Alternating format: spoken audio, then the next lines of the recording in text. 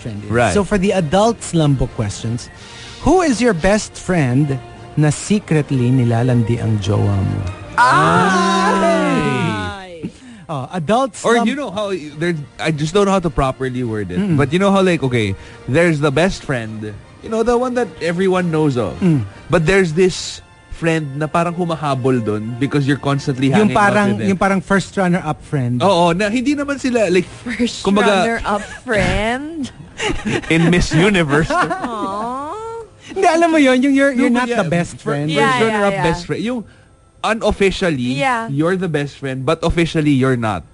You know how there are people who are like that na you're with them every day, you hang out with them all the time, but that's they're true, not. but you're not, because you have a best friend. Yes. Yeah, that's true. Yeah. Diba? That's there's true. somebody like that. Eh. Yeah, Actually, because technically, sometimes your best friends, you don't see them all the often, time. Na. yeah. Actually, two ways. Either it's an adult twist to your regular slumbook questions, or an all-out like adult question. So, for example, ito yung twist muna. Adult slumbook questions.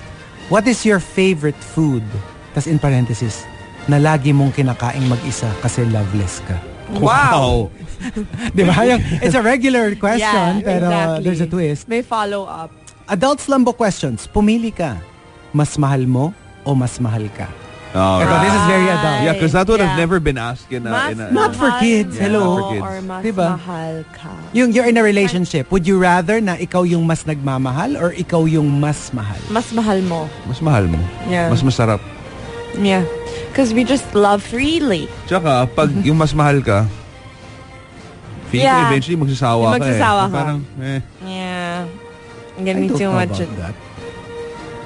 Really? No, not like, I guess if there's just so much, like it's such a big difference. Actually, dalawa yan. Plus what's not being said kasi. The overwhelming. Yeah, alam mo dalawa yan. Kasi like, kunyari, you love it when you are loved. Obviously, it's a nice feeling. That's true. Pero for some people naman, they like the feeling of being needed. So sila yung mas nagmamahal. Yeah. Sila yung mas nag-aaway. Plus what's not being said kasi in that question is, kung mas mahal ka, hindi mo siya ganun kamahal. Yun eh.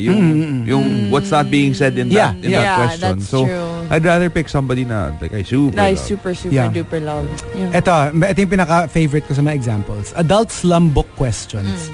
Nakailang forever ka na. Diba? Obviously, when you say forever, dapat isa lang siya. Or another Ilang forever ka na. Or another way of saying it is ilang soulmate na na-meet. Ayun. Yan, yung mga ganyan. Kasi diba, or better yet, gaano kalandi ang kaluluwa mo?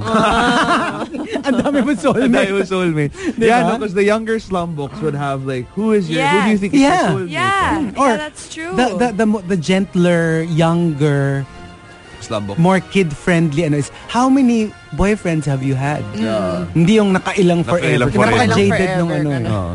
Ito, adult slum book questions. Ito, maganda rin to. Nakakailang bote ka bago mong makalimutan kung gaano mo pa siya kamahal? I love it. I like that. You know, I never really thought of that. Diba? Nakakailang hindi para malasing ha? Yeah. Pero nakakailang bote ka para makalimutan mo kung gaano mo pa siya kamahal. There's a lot because you can still be drunk and still remember perfectly. Yeah, sometimes it even enhances it. It gets worse. Ito hindi ko masyadong maintindihan ko ano to. Adult slum book question. What is your favorite celebrity scandal? Ano ba mga ganun? Siguro yung mga nag-away si ganyan. Or mga Very Nixon.